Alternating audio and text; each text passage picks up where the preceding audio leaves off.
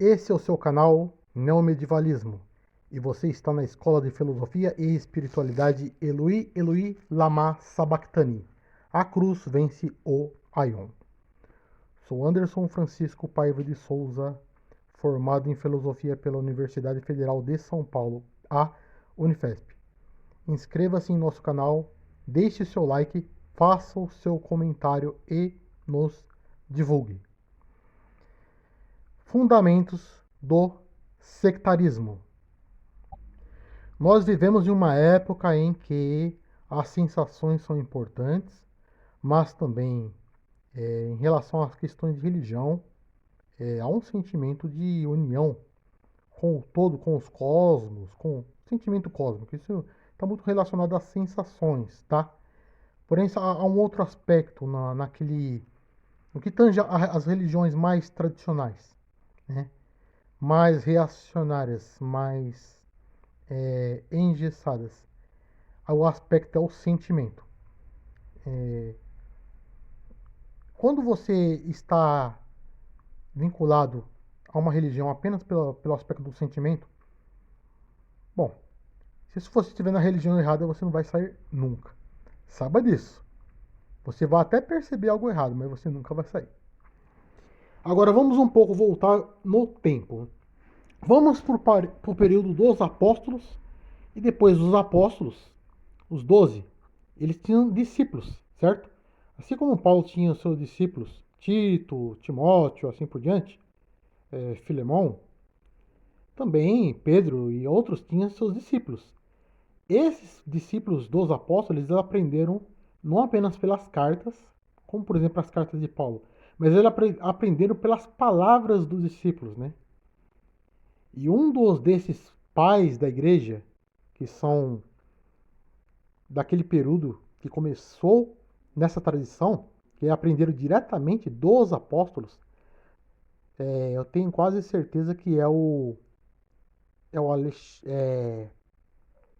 Clemente de Alexandria, se eu não estiver errado. Um desses pais da igreja, ele vai dizer que as palavras dos discípulos, a pregação deles era mais impactante do que suas próprias cartas. Interessante que o próprio Paulo vai dizer que o cristão ele é uma carta que as pessoas estão lendo, né? É atribuída uma frase a Francisco de Assis. Alguém falou para ele, vamos evangelizar as pessoas aqui. Ele falou, olha, vamos mostrar Jesus para as pessoas a partir do nosso exemplo. E faça isso, a partir do seu exemplo, mostre Jesus para as pessoas. E, se necessário, use palavras. Agora, é claro que a mensagem ela tinha que ser escrita. Daí o cânon ele vai surgir depois. A partir do que é escrito, Deus escolheu deixar a palavra escrita, né? Embora vai ser dito que a fé vem pelo ouvir, a palavra escrita ela é um documento histórico. Ela é algo indelével na história. Indelével. As escrituras. As escrituras elas são centrais para todas as comunidades cristãs, inclusive para o catolicismo. Mas a tradição ela possui um aspecto que é indissociável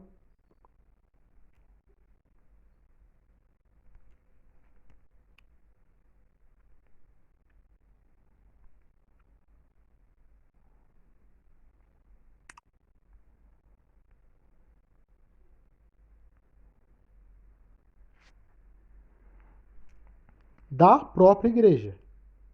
Por exemplo, a igreja protestante ela possui sua tradição, né? É inegável. A igreja protestante ela possui uma linguagem toda própria, né? Se você for ver, por exemplo, próprio pentecostalismo, que é mais recente, você não vê muitos escritos sobre o pentecostalismo, sobre o movimento que surgiu na Rua Azusa. É uma coisa que é passada principalmente através de tradição. Por exemplo, a Assembleia de Deus. Quantos membros da Assembleia de Deus já leu o diário de Gunnar Wingre ou as memórias os diários de Gunnar Wingre ou as memórias de Daniel Berg? Quase ninguém, né? Eles vão ter uma tradição que remonta à Rua Azusa e a antes mesmo. Da Rua Azusa já havia a experiência pentecostal ali no começo nos Estados Unidos. Mas aqui, até mesmo o que é escrito, não apenas o que é falado, o que é escrito também faz parte da tradição, né? É, as 95 teses de Lutero, é, as institutas de Calvino, os 5 solas da Reforma, todas essas coisas fazem parte da tradição protestante. A crença no sacerdócio universal, aquelas comunidades que acreditam no batismo adulto, no batismo por imersão, tudo isso faz parte da tradição protestante, ok? E na Igreja Católica? Também a Igreja Ortodoxa. No caso da Igreja Católica, os pais da Igreja são fundamentais para a sedimentação da doutrina, para a fundamentação da doutrina. A Trindade ela foi formada naquele tempo, né? Mas começou com os discípulos dos apóstolos. Mas por que eu estou dizendo tudo isso? Nós estamos falando das seitas. Naquela época, os teólogos se aproximaram da filosofia. Se eles não tivessem feito isso, eles não teriam conseguido ir tão longe na fundamentação da doutrina. Isso você vê na própria doutrina da Trindade. A doutrina da Trindade ela vai falar da substância, que em grego se diz ousia, credo de Atanásio. Essas sutilezas,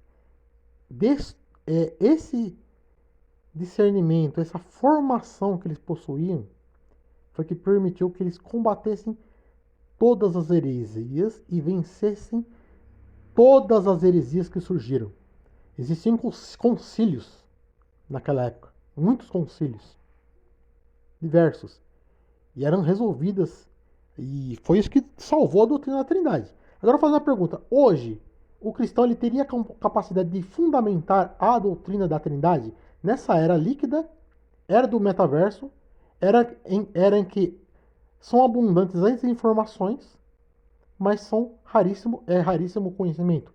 Eu tenho certeza que o cristão hoje ele não conseguiria fundamentar a doutrina da Trindade. O cristão médio, não estou falando cristão mediano, estou falando de outra coisa. O cristão médio, ele não conhece a doutrina da Trindade em sua profundidade. Se ele não conhece nem a doutrina da Trindade, como que ele vai discernir o que é uma seita? Mas naquela época, quando estavam os apóstolos, quando o apóstolo João, ele vai combater os gnósticos, o apóstolo Paulo vai combater os judaizantes, está lá, por exemplo, no livro de Gálatas. Ele vai ser muito severo. Ele percebeu uma coisa que parecia boa. Ó, Deus, o Yahvé, Deus, Yahvé e Elohim, não estabeleceu a circuncisão? Vamos manter a circuncisão. Paulo foi tão radical que para ele, você dizer que para a salvação é necessária a circuncisão, mesmo que isso não seja dito abertamente, tá? Que o gentio precisa ser circuncidado, isso anula a crucificação de Cristo, a obra expiatória e propiciatória de Jesus. Você pisou na graça, você aniquilou a salvação, você voltou à lei, você recosturou o véu. Jesus morreu em vão. Ele vai dizer em Gálatas 2. Isso é muito sério. A mente de Paulo percebeu isso. Depois os apóstolos, eles combateram a heresia. Os apóstolos não. Os pais da igreja combateram a heresia de Ário. A heresia de um homem chamado Ário. Arianismo. Ele dizia que Jesus não era Deus. Foi muito difícil combater essa heresia. Essa heresia quase que venceu os trinitaristas. É mole, quase venceu. Foi muito difícil esse abismo das maiores profundezas, que é a negação da Trindade. A doutrina da Trindade talvez seja mais importante até do que a paixão de Cristo. Porque ela precede o homem. Mais importante do que a salvação do homem é a identidade divina. A doutrina da Trindade, a maioria das pessoas não entende. Ela está no coração da essência do que é o Deus no qual os cristãos acreditam. O judaísmo e o islamismo não tem nada a ver com a doutrina da Trindade. E eles acreditam num Deus monoteísta. E o Deus cristão é monoteísta. Daí você começa a perceber a complexidade do cristianismo. Inclusive do catolicismo também, que é a mais complexa de todas as religiões que já surgiram na história. Agora vamos entender. Naquela época foi combatido várias igrejas. Eles debateram o nestorianismo, o modalismo, que também pode ser chamado de unicismo, né? Eles combateram as doutrinas que discutiam as duas naturezas de Jesus, né? Se ele tinha as duas vontades ou não, isso também vai estar na teologia. Eles combateram diversas heresias. Teve os montanistas, né? Essa figura tão impactante que é Tertuliano, que conseguiu se converter ao montanismo. Montanismo é heresia. Os donatistas, heresia. E aí vai surgir depois, até chegar mais recentemente, outros grupos mais recentes, nós vamos ter os anabatistas, nós vamos ter os valdenses e até aqueles que acreditam que há dessas seitas que é exatamente o que vai produzir uma igreja mais fundamentalista, uma igreja mais protestante histórica, mas que não é aquela igreja protestante histórica normal, é um segmento dessa igreja protestante que vai dizer que há um rastro de sangue, né? Então, mas esses foi heresia. Elas foram combatidos pela própria teologia e pela filosofia. Hoje, o cristão que está dentro da seita, ele pode ler tudo o que se diz sobre a seita. Ele não sai. Ele não consegue perceber a questão central do que é uma seita. Porque ele entende parcialmente, ele já entendeu. Mas não é suficiente, porque o sentimento está ligado ali. Então, aqueles apologistas daquela época que combatiam as heresias não existem hoje. Nós tivemos um grande site, o Centro Apologético Cristão de Pesquisa, o CACP. Alguns tempo atrás ele foi muito importante para entendimento do que é seita, né? E hoje? Hoje quase não se fala em seitas. As igrejas, as comunidades, elas não têm cursos. Não tem curso sobre seitas. A pessoa não sabe a diferença entre uma seita e uma igreja. Quem vai saber isso é quem vai estudar teologia na universidade. Lá você vai ter uma disciplina da teologia sistemática chamada heresiologia. Ali você vai saber quais são as maiores seitas, né? Por exemplo, no Brasil. Nós temos seitas no Brasil? Quais são as maiores seitas? Nós temos uma seita. O que é uma seita? É um grupo fechado. Sectarismo significa estar separado. Você não pode ir para uma comunidade cristã. Você é proibido. Ah, mas não proíbe, nós não somos proibidos. Bom, é mentira, eles sabem que é proibido sim. Só que isso é uma coisa bem sutil, né? Eles não reconhecem a comunhão com os cristãos. Né? Se eles vêem um cristão, ele vai querer trazer para a igreja deles. Para a falsa igreja deles. Se ele vê uma pessoa do mundo, talvez ele não queira trazer para a igreja. Mas se ele trazer para a seita, mas se ele vê uma pessoa, se ele vê um protestante, um evangélico, ele vai fazer tudo para trazer para a igreja dele. Então, por isso que são chamados de pescadores de aquário. Temos uma seita no Brasil, ou um grupo sectário. Se o termo seita incomoda, e esse heresia, seita, é um termo teológico. Se você incomoda, então vamos utilizar o termo sectarismo. Beleza? O sectarismo, existe um grupo dentro do sectarismo no Brasil, que é um grupo que ele acredita que Jesus não é Deus. Então ele está repetindo o erro que estava lá atrás, que já foi combatido pela igreja. O erro de um homem chamado Ário, o arianismo. Inclusive, Atanásio, que não foi quem escreveu o credo de Atanásio, mas ele influenciou muito esse credo, a formação desse credo. Atanásio ele foi exilado 5 vezes. Né? Ele defendeu a doutrina da Trindade, teve problema com isso, por causa disso. Hoje existe um grupo que defende essa ideia.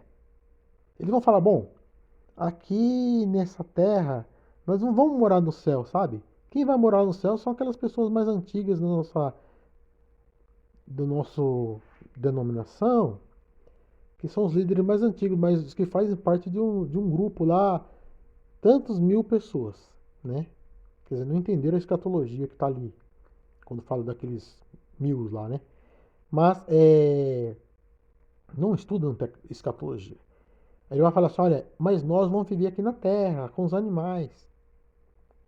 Bom, isso não é um problema, isso vai estar na Bíblia mesmo, que o homem habitará com o cordeiro, a cobra não fará mal. Está escrito lá em Apocalipse que o tabernáculo estará com os homens, Jerusalém é a desce do céu, essa terra será restaurada. Mas o problema é o seguinte, Jesus vai estar presente aqui, né? Ele não vai estar lá no céu com um grupo de privilegiados, que são aqueles mais antigos, e aqui na terra as pessoas não vão ter acesso a Jesus. Não. Jesus, inclusive, ele vai estar aqui no milênio, né? O que eles vão dizer? Eles vão dizer que há certos procedimentos que podem salvar vidas que você não pode fazer, nem para salvar seu próprio filho. Né? Você não pode fazer certos procedimentos, até em relação a comemorações, coisa muito... Para a criança é complicado isso. Então, são grupos, né, que vão estar ali batendo na sua porta. Fala, olha, vem para nós. Não, eu sou cristão, não importa, você tem que conhecer aqui, nós somos discretos. Nós estamos aqui como uma espécie de mordomos no mundo. Agora existe um outro grupo de sectarismo, que ele guarda a lei. Tá certo que ele não vai guardar a circuncisão, tá? Aí também já é demais, ele não vai guardar a circuncisão. Esse grupo é o que mais se parece com uma igreja. Ele vai ter escolas, vai ter instituições, vai ter cantores gospel, vai ter pastores, porque tem outros que não tem pastores. Esse vai ter pastor, vai parecer muito com uma igreja.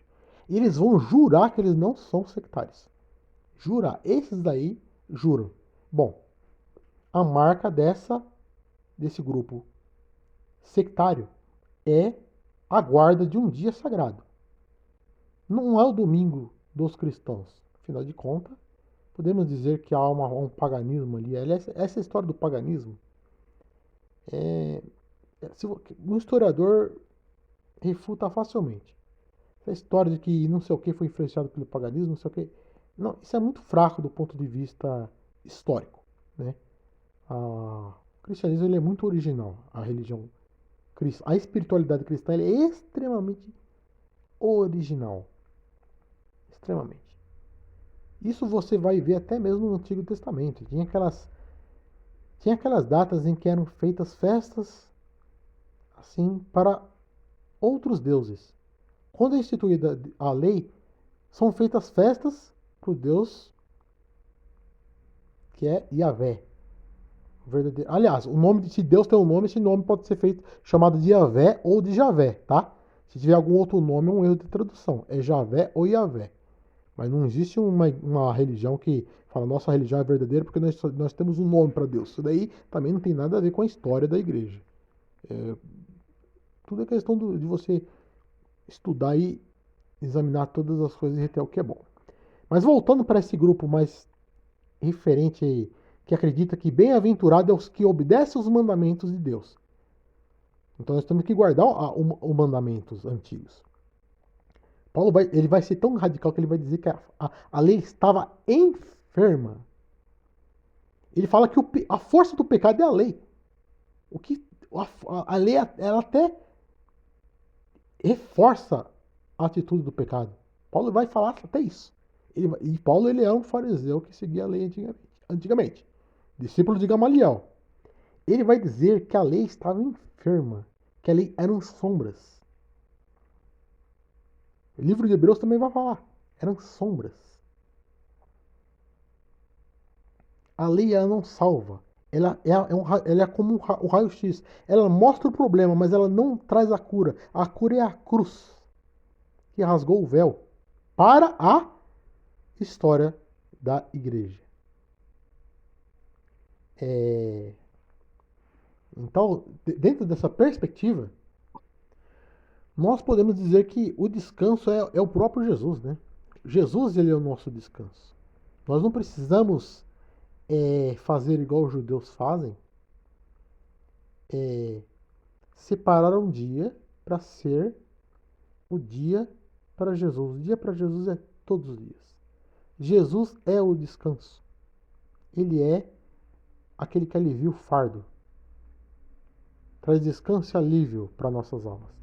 Só que alguns desses grupos, eles estudam muito, mas eles estudam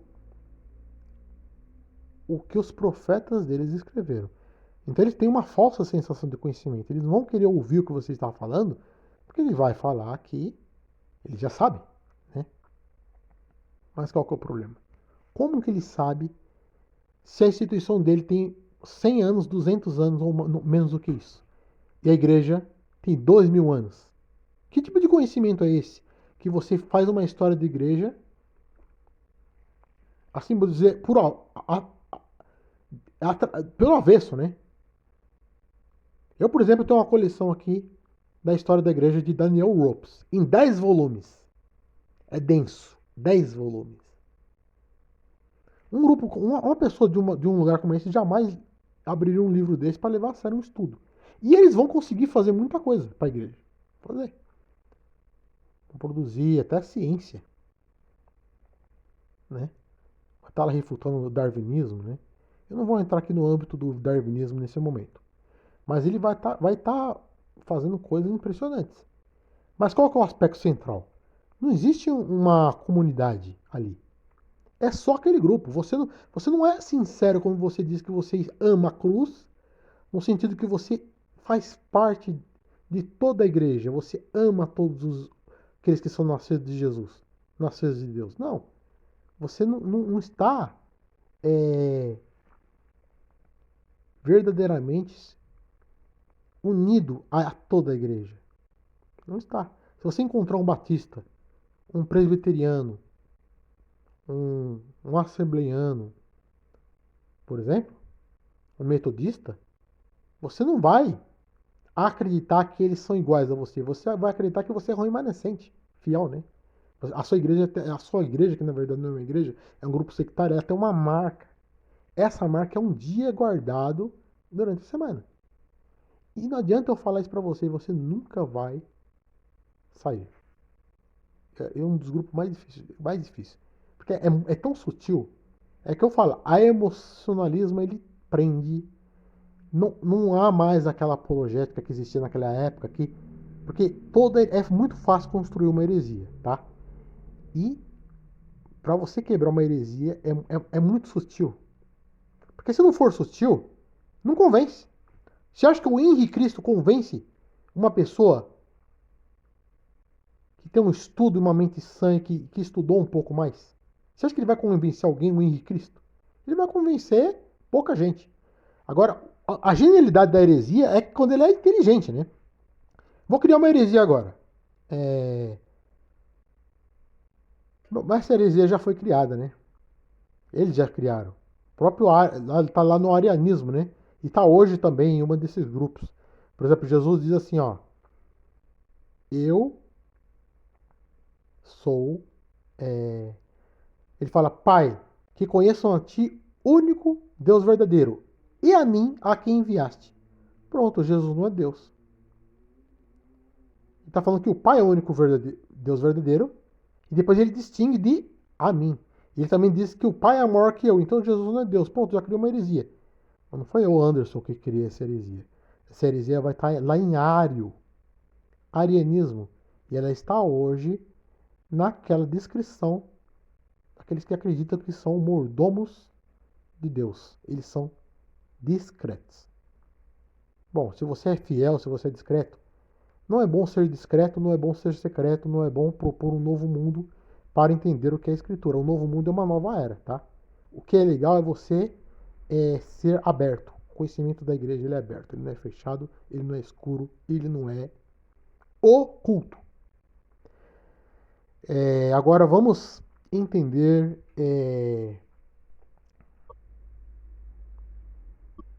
Agora eu vou criar uma heresia minha mesmo, vamos supor. Jesus disse assim, ó. Pedro, se você não deixar eu lavar os seus pés, você não tem parte comigo. Vocês devem fazer isso um com os outros. Aí eu crio uma igreja, eu sou um gênio, eu estudei teologia. Nossa, eu estudei história, então eu sou bom. Tá certo que eu não fiz faculdade de história, não tenho doutorado em história, mas eu estudei um pouco de história, fiz lá uma faculdade de teologia, pronto. Eu sou um gênio da teologia. Descobri uma pérola ali. Jesus falou que quem não lava o pé não tem parte com ele. A minha igreja vai ter o lava-pés, velho. Vai ter o lava-pés. Essa é a marca da verdadeira igreja. A igreja que não faz lava-pés não é uma igreja verdadeira. Não é um caminho para Deus. Não é a obra de Deus. Não é o caminho da verdade. Elas são seitas. A minha igreja não é seita. A minha igreja é a verdadeira igreja. Se você quiser ir para a minha igreja, você vai ter que batizar de novo. Aí eu começo a inventar um monte de coisa. Só que quando o meu filme começar a queimar, eu vou começar a mudar meu discurso. Não, a gente aceita os outros sim. Não é difícil. Eu sou o profeta que eu escrevi que nós somos diferentes. Mas depois os seguidores vão estar queimando o filme, os seguidores vão falar, não, a gente aceita sim, agora a gente está aceitando. A gente sempre aceitou. Bom, não vai sair nunca. É, é a era pós-moderna. Não é mais efetiva. A teologia ela não funciona porque o sentimento se tornou emocional. O sentimento religioso, no caso, mas dessas grupos que eu chamo de sectarismo clássico. Ok? Eu não estou abordando nesse momento o sectarismo neopentecostal. Ele é muito diferente. Eu estou abordando esses grupos mais antigos, dos quais é impossível sair, praticamente. Poucos conseguiram. Inclusive, quem está falando com vocês é um que já foi de um desses grupos, tá? Eu já fui de um desses grupos aí. Agora, hoje não, eu já frequentei a igreja batista, hoje eu posso dizer que eu sou um protestante e cristão e minhas aulas estão aí no canal que eu penso sobre a ortodoxia, né? Não tem como inventar a roda, temos que estar unidos à tradição histórica. A igreja fundada por Jesus tem 2000 anos, ela não tem 200 anos. Inclusive, há um desses grupos sectários que vai falar que Jesus é irmão de Lúcifer. É mole. Esses vão dizer que foi o primeiro que surgiu. Esse grupo, para sair de lá, meu amigo, não sai. Você não vai sair. É muito forte. A lavagem cerebral é uma coisa assim. Uma vez uma pessoa falou para mim, desse grupo, falou, olha, eu entendi o que você falou, mas é como se a verdade deles fosse a única é, é como se a verdade deles fosse a única. É tudo absurdo. Ele falou isso para mim. Esse grupo tem raízes. O fundador desse grupo, profeta, que vai dizer que Jesus foi apenas um profeta, que vai acreditar lá que há uma comunicação com os mortos, algo assim, né? Algo relacionado até mesmo a árvore genealógica, tá? O que ele vai. Esse fundador, no túmulo dele tem um símbolo. Um símbolo oculto. Uma outra fundadora que veio depois, que vai falar de um dia sagrado, no túmulo dela tem um símbolo oculto. E depois, um outro grupo que saiu desse, que vai falar ali do arianismo, né? Vai bater lá na sua porta de domingo, também é um símbolo oculto ali. Não, mas não tem nada a ver, naquela época esses símbolos existiam. Bom, estudem história.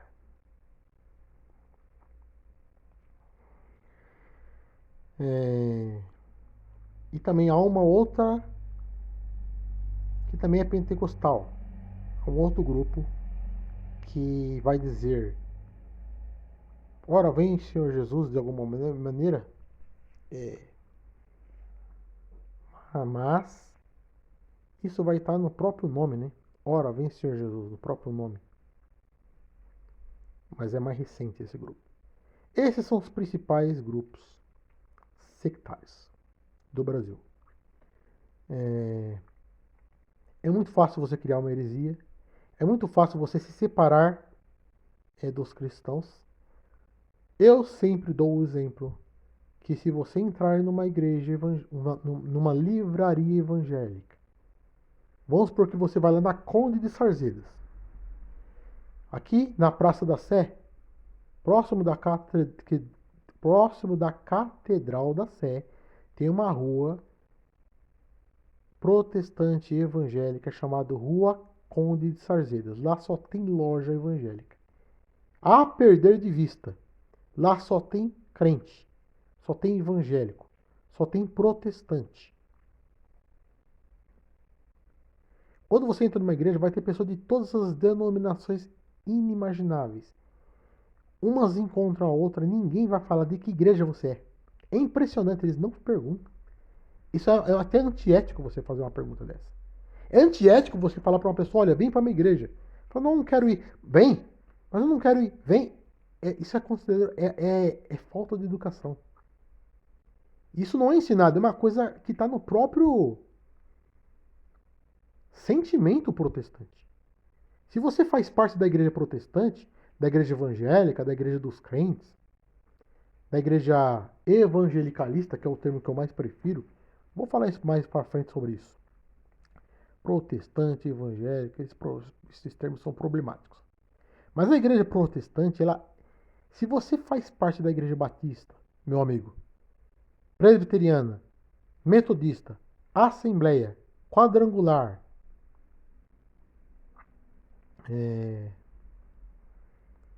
anglicana, luterana, uma igreja congregacional antiga,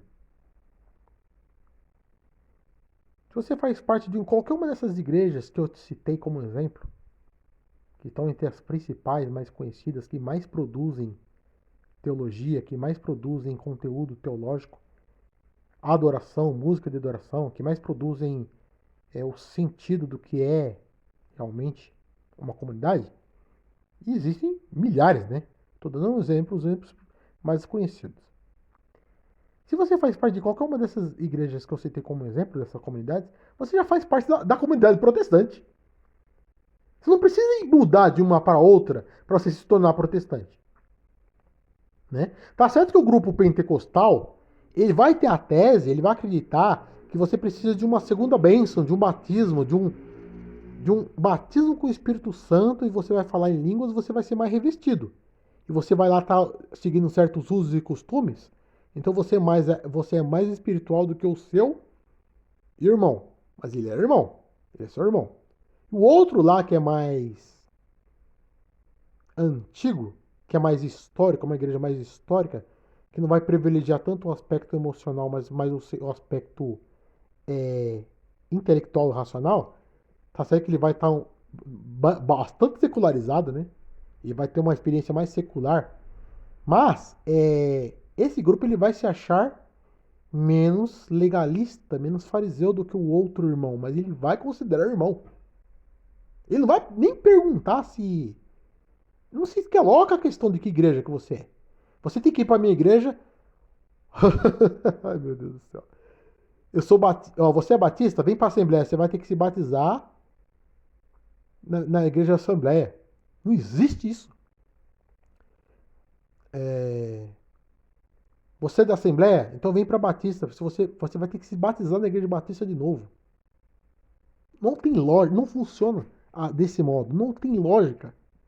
Se uma pessoa da igreja batista se casar com uma pessoa da igreja presbiteriana, se uma pessoa da presbiteriana se casar com uma pessoa da igreja assembleia, é a mesma coisa. Não tem diferença. É a comunidade protestante, evangélica. Não tem diferença.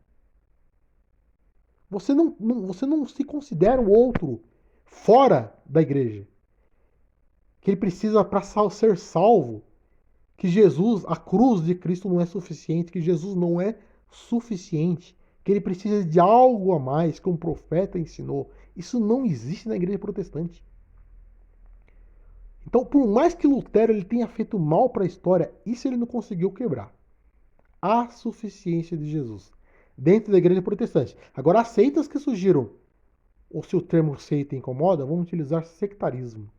O sectarismo surgido há 200 anos atrás, olha como é recente, só tem 200 anos, beleza? É um outro sentimento, completamente diferente. Isso é muito sutil.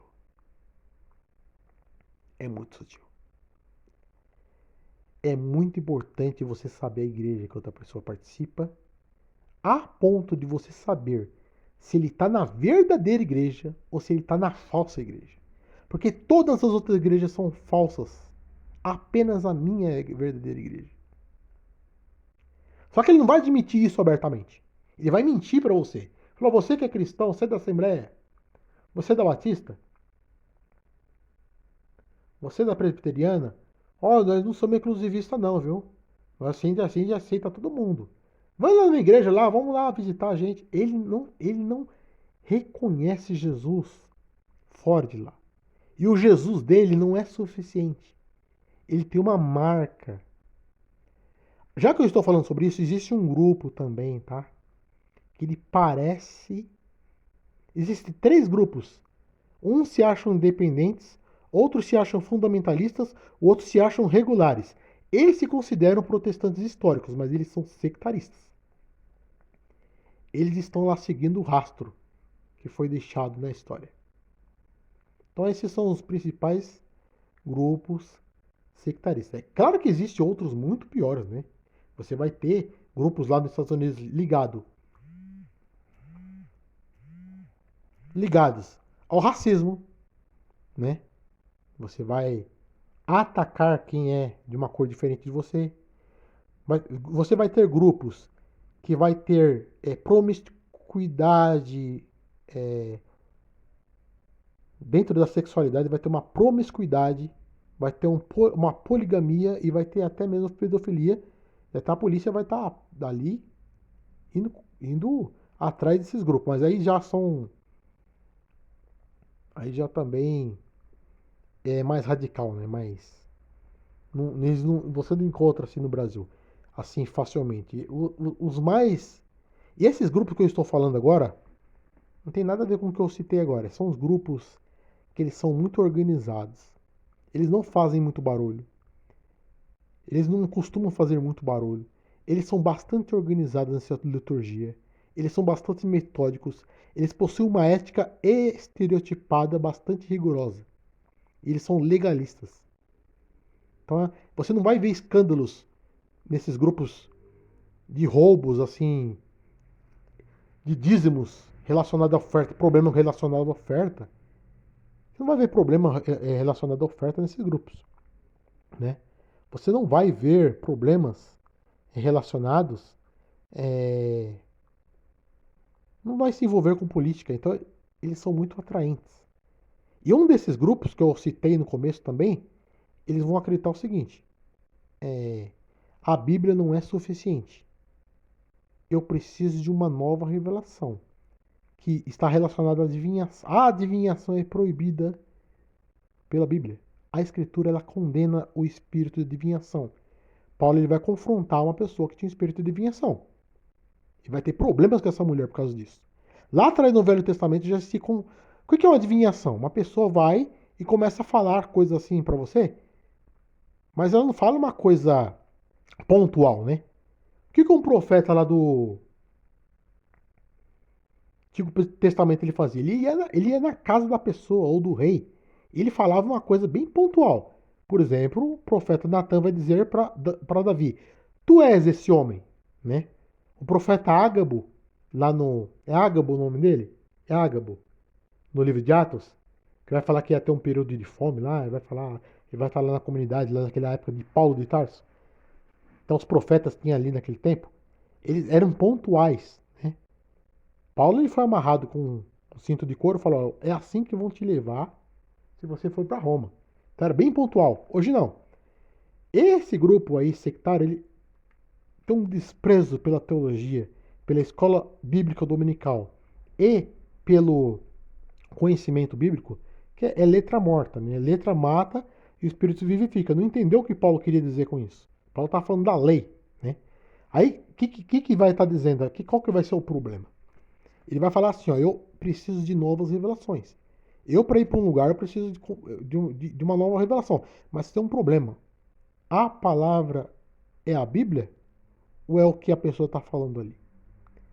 Porque se tem 400 pessoas na igreja, na comunidade, alguém fala, ó, tem alguém aqui que está com problema, mas não fala qual é o problema, e vai ter uma vitória ali, bom, então Deus falou comigo. É subjetivo.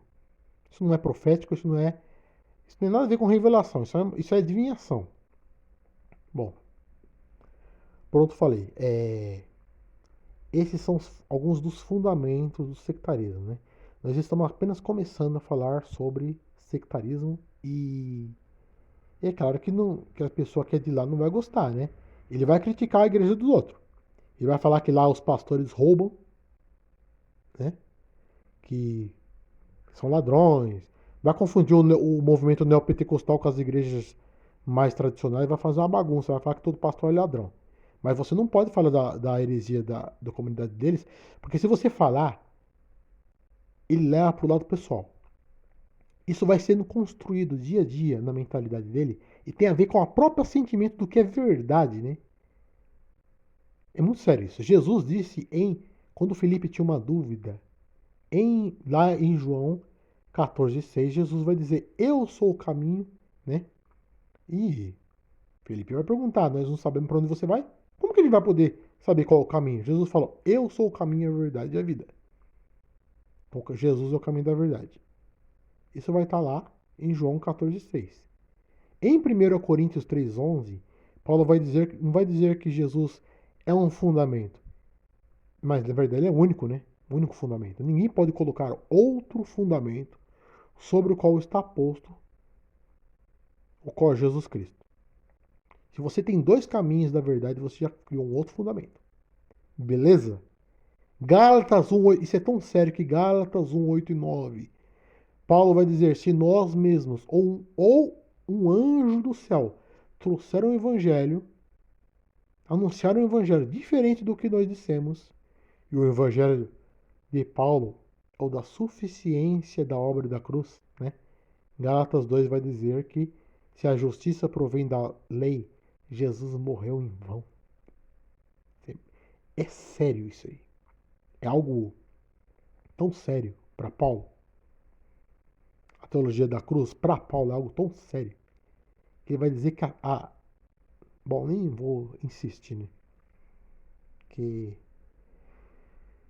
não, eu acho que se eu precisar explicar a importância da crucificação para uma pessoa e ela não entendeu, então vai para o islamismo, vai para o judaísmo, se torna um judeu. Vai lá, vai ter a lei também. Se torna no islâmico, é mais bonito, né? O centro do cristianismo é a cruz de Cristo. Ela vai estar retratada na arte. Por exemplo, a Paixão segundo São Mateus de Bá, Paixão segundo São João de Bá, vai estar na própria medicina. Existe um cirurgião chamado Barbet, ele fez um estudo exaustivo sobre as dores que Jesus sentiu lá na crucificação e sobre a paixão, como que era feita a crucificação, a pior pena de morte da época, morte por asfixia. Se você ler aquilo lá, você vai entender qual que é o grande problema ali. Paulo diz, isso não tem nada a ver com emocionalismo, tá? Não tem nada a ver. Jesus nunca deu uma ordem para comemorar a ressurreição dele. Estou errado? Ele mandou que comemorasse a sua morte. Ele foi morto na sexta. Na quinta-feira, ele instituiu a ceia. Esse é meu corpo, esse é meu sangue e tal. Lembrem-se, tem nada a ver com emocionalismo. Isso é razão. É entender o problema. Isso é antigo, né? É antigo. O problema é antigo. Houve uma maldição lá atrás. A terra está amaldiçoada, você morrerá, né? Então,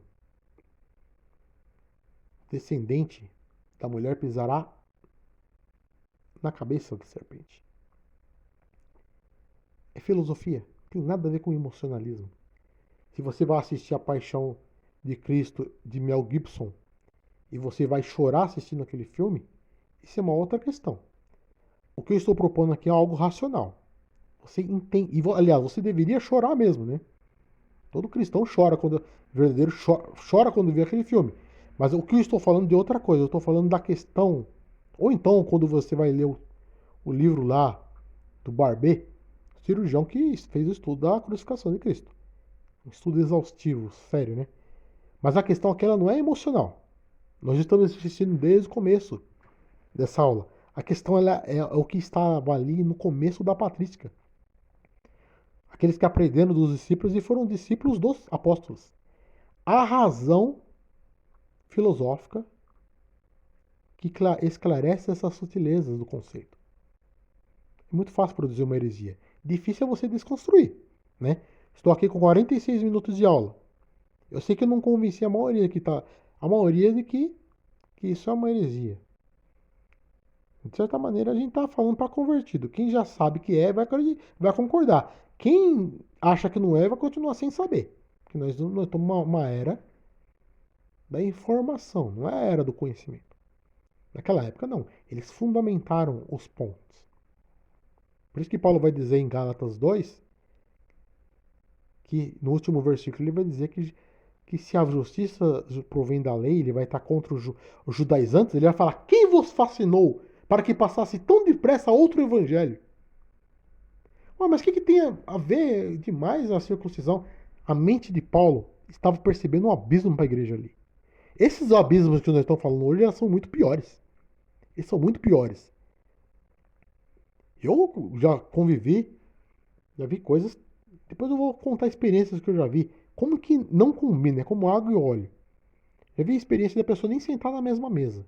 Você senta com uma pessoa que é do sectarismo, tem pessoa que senta na mesma mesa com uma pessoa que é do mundo. Mas não pensa, não senta com quem é da igreja. Eu estou utilizando o termo mundo aqui para uma facilidade de comunicação, né? Porque o que eu penso sobre o que é o mundo, ele está nas minhas aulas. O mundo é a melhor coisa que tem, porque o mundo foi criado por Deus, mas aí a gente vai ter que ir para os termos gregos, né? Aion, oikomene e cosmos. O problema do mundo é o aion.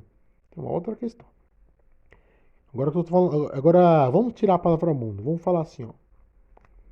Para uma pessoa que está dentro do sectarismo, quem não vai para a igreja não é um problema para ele. Ele convive de boa. Essa pessoa ela é capaz de ir nos lugares mais tenebrosos que você pode imaginar. Vamos supor que você é um jovem e você está dentro do sectarismo. Você é capaz de ir no lugar mais tenebroso que você possa imaginar. Mas dentro de uma igreja você não entra. Não entra.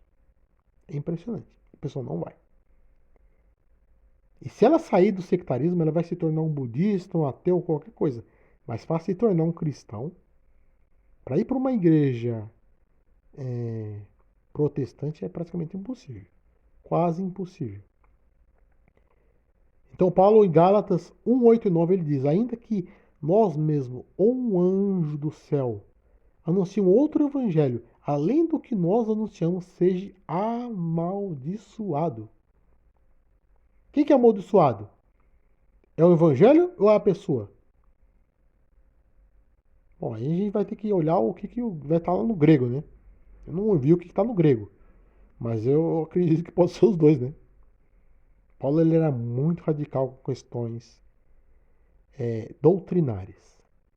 E doutrina não tem nada a ver com usos e costumes. Doutrina é a parte racional do que é a crucificação, a salvação, soteriologia, né? A paixão, a expiação, a propiciação, a doutrina da Trindade, Qual a importância da obra, das obras? Qual a importância da fé? Qual a importância da graça? O amor, a fé e a esperança são virtudes teologais? Teologais, né? Existem virtudes cardeais no cristianismo? O que é a união hipostática? Isso são questões doutrinárias. Não tem nada a ver com usos e costume. Tem uma outra coisa, né? Depois do movimento neopentecostal, já, os usos e costumes já saíram de linha. Já voltou a se comportar parecido com o que já pensavam os protestantes históricos. Então é isso. É chato falar sobre esse assunto? Não. É legal. Por quê? Porque a gente está falando a verdade, né? Muitas dessas pessoas já sabem que é verdade. Ela não vai sair nunca, mas ela sabe que é verdade. Ela já entendeu o problema.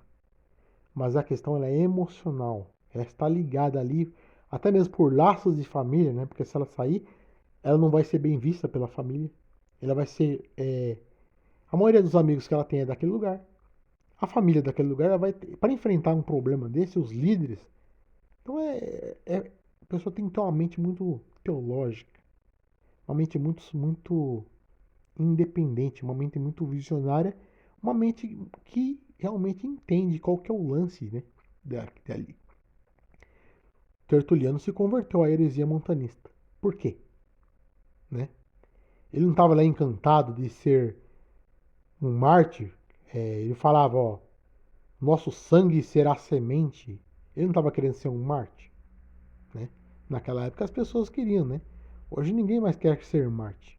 Hoje as pessoas, elas, de certa maneira, a questão hoje ela é outra. A questão hoje é entender o que é a Grande Guerra, né? Onde surgiu esse termo Grande Guerra? Será que isso tem a ver com o livro de Daniel? Aí são questões muito mais sérias do que o sectarismo, né? Eu não sou um grande entusiasta desse tema sectarismo. Eu estou tratando ele porque é inevitável, né? Ninguém vai tratar, então a gente tem que falar sobre isso de uma maneira mais filosófica, mais séria, porque é muita bagunça. Muita bagunça. Tantas denominações são criadas que há pessoas que falam, olha, eu quero procurar a igreja certa, já que tem tanta igreja por aí, eu quero contar a igreja certa. Pois, meu amigo, então uma notícia, não existe igreja certa.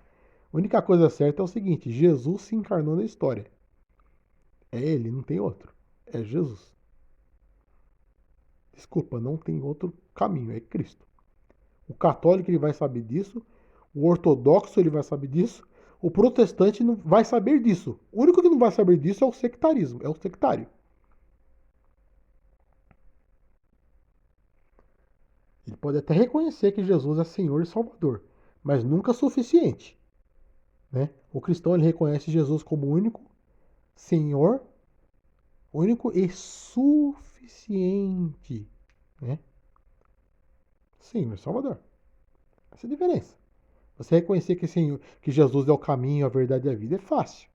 Mas reconhecer que ele é o único caminho, a única verdade, a única vida é difícil. Para o sectarista, que está ligado ao conceito de verdade. O sectarista ele tem um conceito de verdade totalmente diferente do conceito de verdade das pessoas normais. É um mundo de Matrix. É um mundo muito diferente do mundo das pessoas comuns. Chega a ser extraterrestre. É um outro mundo. É uma outra lógica. Essa pessoa ela não estudou história. Ela não se formou em história ou em filosofia. É muito difícil uma pessoa que se forma em história, que consegue lá ter um doutorado em história, um doutorado em filosofia, por exemplo. Estou dando exemplo, tá? Pessoa que foi longe no conhecimento. É quase impossível uma pessoa acreditar numa história como essa aí, né? Que ele vai perceber claramente. Por isso que a formação intelectual é muito importante. Não apenas teológica, mas as ciências humanas de profundeza. De profundeza. os grandes pensadores da cultura ocidental. É inevitável. Se você não estuda Kant, ele está indo contra a igreja, Kant, mas é importante estudar ele. Se você não estudar ou Tomás de Aquino, ou Kant, ou Hegel, Hegel é um desafio de estudar Hegel, hein? É um desafio estudar Hegel. Se você não estuda Alvin Plantinga, por exemplo, eu não, quer dizer,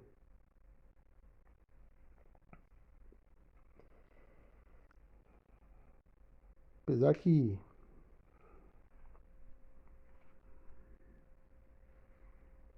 há casos e casos, né? Eu já vi casos até mesmo dentro da filosofia de pessoas que acreditam no sectarismo, mas isso é muito raro. É raríssimo, raríssimo. Sociólogos, psicólogos. Bom, psicólogos também já vi pessoas formadas em psicologia que acreditam no sectarismo. Vamos combinar o seguinte: você precisa de uma filosofia do sectarismo. Você precisa entender as estruturas.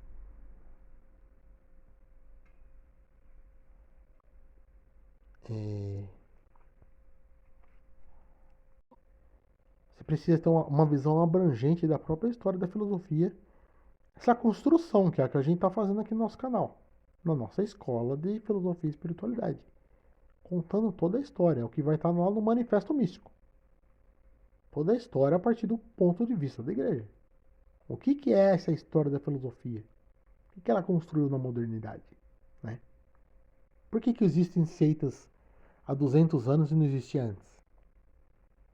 Já existia o montanismo, o donatismo, os valdenses, né? Já existia. Mas o sectarismo clássico, ele é muito recente. E está ligado a um conceito de grupos invisíveis dentro da cultura. Esses grupos eles são invisíveis, eles não vão aparecer, por exemplo, na televisão, é muito raro. Eles são grupos invisíveis, discretos. Isso está relacionado com as próprias estruturas da cultura esotérica europeia e americana. É nítido isso. É só você ver os túmulos. Né? Então, é conhecimento, é uma coisa que a gente pode dizer assim, é algo espiritual, não é apenas intelectual também. Não combina, é como água e óleo. Se você está lá estudando profundamente lá questões da história da igreja lá, e você entra num ambiente como esse, a sua mente ela trava, ela não trava, ela é obscurecida. Essas doutrinas ela obscurecem a cruz de Cristo. O conceito ele não é claro na mentalidade. Não é claro. Por isso que nós não estamos fazendo um simples curso de teologia. Estamos falando dos fundamentos do sectarismo. O que são fundamentos? São estruturas. É algo que tem que ser monumental. Não vamos ficar apenas nessa aula. É apenas um começo isso aqui. Né? Se você acha que eu fui grosseiro, eu nem citei nomes de seitas. Não tem como ser de um outro modo. Eu já participei durante mais de 27 anos. 25 anos de um grupo como esse, um desses grupos aí. Então eu sei do que eu estou falando. Conheço muito sobre esse assunto. Vivi lá 25 anos de um desses grupos aí citados. Ok. A igreja é outra coisa. A igreja ela está na própria cultura ocidental cristã. Cultura do Ocidente. Isso é a igreja. A Idade Média. A patrística. João da Cruz. Como que um sectarista vai estudar João da Cruz, gente? Não tem como. É uma outra experiência. Uma outra experiência. Como que um sectarista ele vai entender o que é a mística? Como um sectarista vai entender o que é a conversão? Nossa aula temos aqui no nosso canal em duas partes. O nome dessa aula é Novo nascimento, misericórdia e conversão. Lá nós explicamos que a conversão ela é mais profunda do que o simples novo nascimento. Não é mais época para o novo nascimento, é época para a conversão. A quaresma ela propõe a conversão. O novo nascimento já houve, né? O católico ele vai crer no crisma. Tá certo que ele vai batizar lá o infante, né? O presbiteriano também vai fazer isso. Ele vai batizar o infante. Mas o que o católico ele vai ter? O crisma é a confirmação adulta do. Então você já. A perspectiva do novo nascimento já está ali. Mas depois ainda você vai ter a conversão, que é o período de quaresma. Aí você, como um bom sectarista, vai falar: bom, questões ligadas a catolicismo não me interessam. Vou até parar de assistir a aula. Bom, eu não estou falando que você precisa concordar com isso, né? Eu estou dando um exemplo para você entender o que é a conversão. A conversão ela pode ser entendida dentro do protestantismo. Dentro do protestantismo.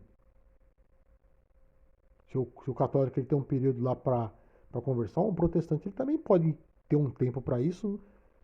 Não precisa ser do calendário, ele pode ter um tempo para ele mesmo. A questão aqui é a seguinte: a conversão é radical. Ela é necessária para a Grande Guerra, é necessária para a nossa era. Ela é mística, ela é imersão no mistério da Trindade. Falamos sobre isso nessa aula que eu citei aqui. Misericórdia, aliás, novo nascimento, misericórdia e conversão. Quem que é um convertido? Convertido é Martin Luther King, né? É um convertido. João da Cruz é um convertido. Francisco de Assis é um convertido. Isso é conversão, né? William Wilberforce, John Newton, né? Vai ter lá também aqueles avivalistas ali, que eu não sei se eles estavam envolvidos ou não com o esoterismo. Vamos citar eles, né? Jonathan Edwards. Né? Jonathan Edwards, num dos seus livros, ele tem um termo lá que me incomodou, sabe? Ele vai falar de. Não é engenharia, ele não vai falar de um engenheiro, ele vai falar de uma outra profissão parecida com engenheiro. Mas referindo-se a Deus, eu achei bem esquisito. Mas vamos dizer, Jonathan Edwards, John Wesley, Charles Spurgeon, né? Whitfield, Moody, vamos considerar esses caras. Watchman Nee, se é para falar da igreja protestante, que falemos então. O que eu mais cito é o Martin Luther King. Esse cara é extraordinário. Nós temos aqui o William Lane Craig aqui, nos Estados Unidos, no campo do debate teológico, filosófico. Debate filosófico, né? É o... Como é que chama aquele neoteísta, o neoateísta lá, um deles? Sam Harris falou, no debate com o William Lane Craig, ele falou isso na frente do William Lane Craig, ele falou assim, ó, o William Lane Craig foi a única pessoa que conseguiu colocar o temor de Deus nos meus colegas ateus. Essa foi demais. Essa foi demais. Ele não é de numa seita, tá? Ele é da igreja, beleza? Então é isso, gente. Não basta aprender com os protestantes, é preciso ser um protestante. Não basta ser um sectarista. Vai para a igreja protestante, aí você vai ter uma cultura, né? A igreja católica, a igreja ortodoxa e a igreja protestante são as três grandes comunidades ocidentais, né? Quando a gente está falando de sectarismo é outra coisa. E o neopentecostalismo? Bom, o neopentecostalismo é o Deus Mamon, é o movimento Novo Pensamento da Nova Era, é a confissão positiva e a lei da atração dentro da igreja, nada menos que isso, né? A questão já nem mais é tanto de ser sectários. Eles são sectários, mas é uma outra coisa. A igreja ela já está se tornando uma coisa muito diferente do que era antigamente, né? Você vai ver lá aquele camarada lá que vai cumprimentar o Espírito Santo, depois ele mexe lá o paletó, daqui a pouco ele tá soltando Hadouken, tem pessoa caindo já. Aí já está num outro, um âmbito mais Não o ocultismo inteligente, né? É o ocultismo da burrice mesmo, né? Mas o sectarismo clássico, ele é de uma sutileza, de uma elegância, é, ele não se envolve com política. Você não vai ver político corrupto. Não vai ter dentro do sectarismo. Dentro do sectarismo clássico não vai ter pessoas da bancada evangélica. Não vai ter pessoas pedindo para você dar carro. Você não vai ver grandes escândalos. É claro que tem, mas vai ser abafado. Mas você não vai ver grandes escândalos envolvendo dinheiro. Você não vai ver essas pessoas se comportando de maneira extremamente secularizada. Eles são comportadinhos. Como você vai enfrentar um grupo como esse? É mais ou menos o que acontecia na época dos fariseus, né? Difícil de você enfrentar. Porque é uma questão ética ali, né? É a lei. Você está competindo com a lei. E como você vai competir com a lei? Bom, você precisa mostrar que o amor de Jesus vai muito além do que isso, né? Eu acho difícil um amor transbordante dentro de uma comunidade como essa. Se é que você pode chamar de comunidade, né? Todo o tempo eles estão lá disciplinando, impondo um terror sobre a juventude e sobre todo mundo. É pesado, é pesado, é pesado. E é isso aí. Você não vai sair porque você tem pessoas da família, tem amigos, né? Você acredita que lá é uma bênção, que não é exclusivismo, já mudou o discurso, agora já está aceitando todo mundo. Tudo bem, mas você vai ter uma experiência meia boca com Jesus. Você nunca vai mergulhar profundamente no que realmente é o cristianismo. Você vai ser muito diferente de Martin Luther King, Irmã Dulce, né? Teresa de Calcutá. Pelo amor de Deus, não fala do católico, senão nós já estamos entrando no ecumenismo. Bom,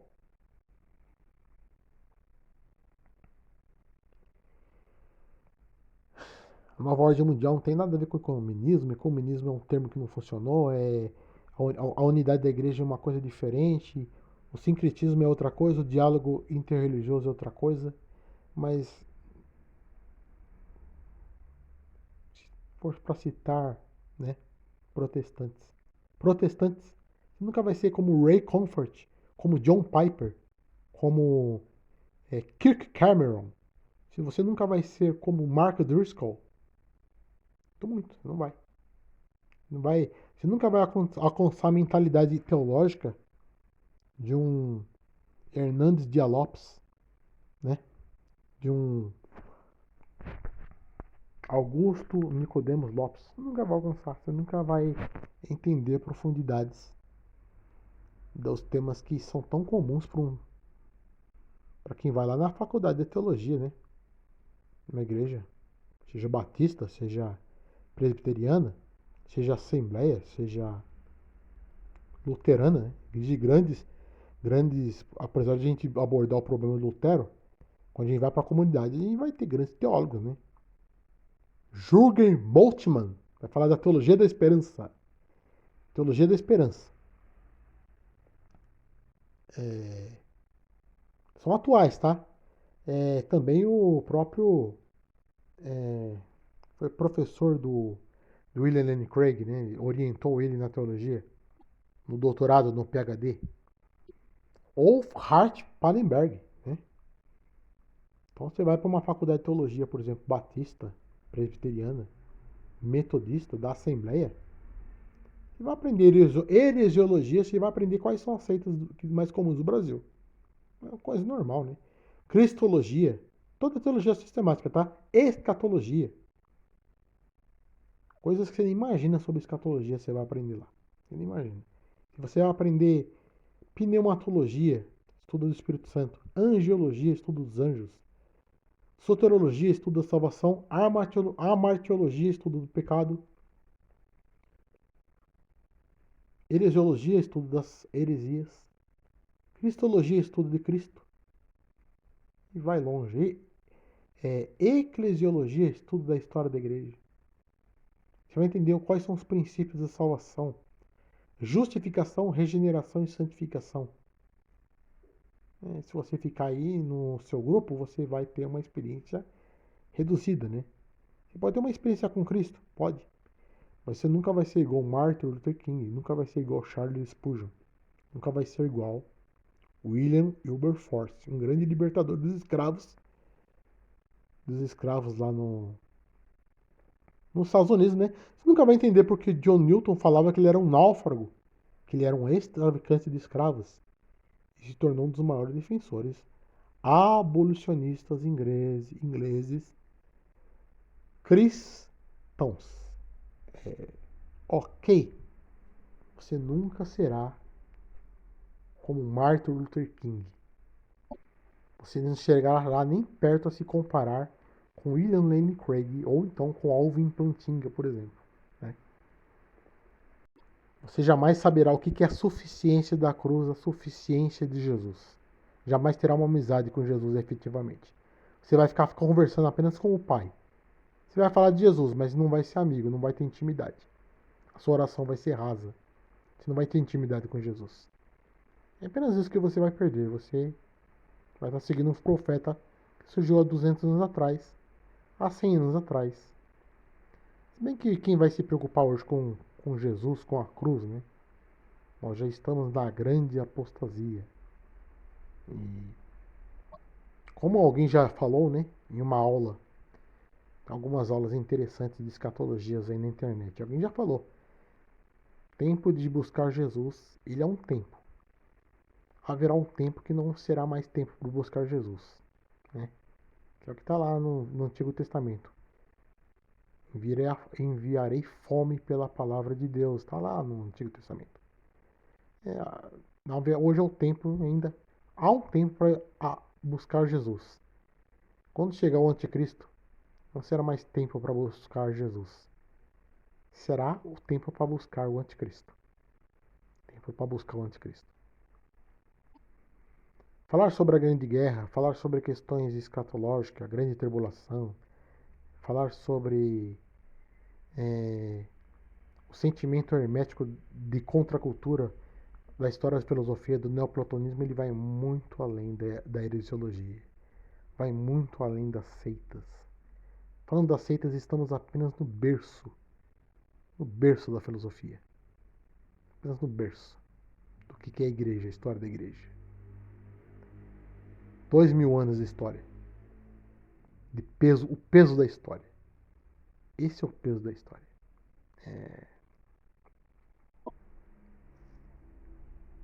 Saia da Babilônia e não participe mais dos seus pecados, sai dela, povo meu. É um chamado do Apocalipse, mas o que é discernir hoje em dia? Né? Se trata do fato de que o neomedievalismo é uma era de discernimento. O discernimento ele não tem muito a ver com a emoção, sabe? Ele tem a ver com lógica, ele tem a ver com razão. Isso também tem a ver com a filosofia.